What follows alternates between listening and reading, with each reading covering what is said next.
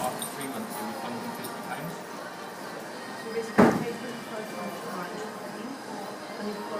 what's up, man? It's Bank Holiday Monday. Just coming to the shop and I said, can I, the girl stood here who works in the shop.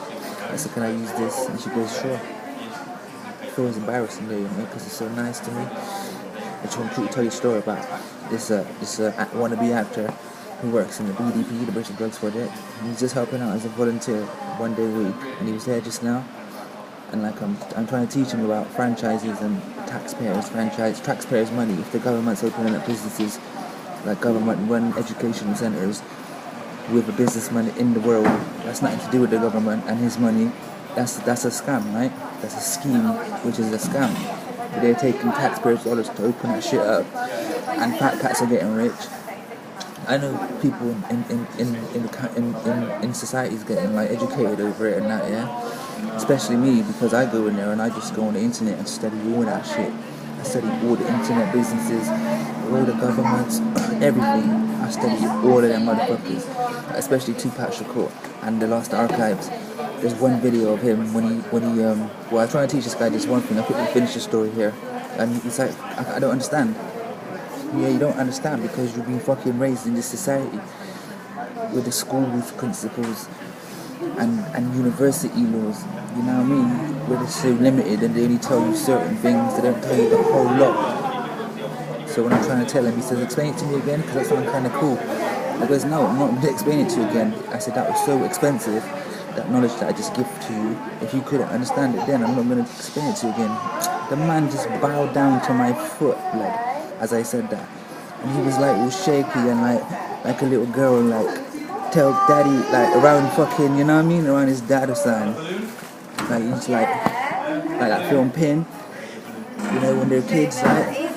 And if daddy says, no, Pin's tired now, he doesn't want to tell you nothing else. They're like, oh, okay daddy, okay. And really they just want to like listen more, because this Pin is talking some sense, even though it's the father, like, do you know what I mean? So, West Side. Caught a white boy in there, in his head. This guy's kind of clever as well, but we just sat down after. There was no hatred there. It was all love in this little war that I got going on right now. You know what I mean? Which is, I know more than you all. I know just like all the leaders that come and go, like Bob Marley. You know what I mean? I know like that level, and I'm gonna bring it on the table. I'm gonna put all my cards to the table, and I'm gonna put it on heavy. And I don't give a fuck if you can't handle it when I bring it. I know one people that can handle it. It's all them people that started the riots. They can handle what I got to say. They can picture it. They can figure it. But don't worry, like government, I won't put it on so heavy where they're going to be like, they're going to boot the doors down straight away and take all that's theirs that they've been waiting for centuries to come and take. I'm going to do it, like, I'm going to obey the law. I'm going to obey all your laws, and I'm going to do it in that way. That's what I'm going to do. And we're gonna win. Just feel me? I'm gonna teach you on that level. So peace. West Side Warlord is right here, because I was one of them lords before in my prior life. I was like a slave owner. I had much slave people working for me, and my unconscious is so wild that I can see any life that can go into your mind just like that.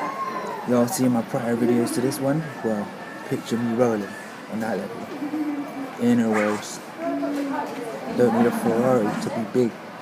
You don't need materialities. I've lived in a mansion. I've driven around in big cars. In this life, for my friends. And in my last lives, I know I've had a lot more. In my own eyes, from my own pockets and my own keys. God chose when I was a kid to be broke. You feel me? Wherever I've gone, people's offered me jobs, offered me money, offered me like life. And I turned it down to follow Christ, to follow what he wanted, which is to train rather than sit on my ass and earn like 50 grand a year.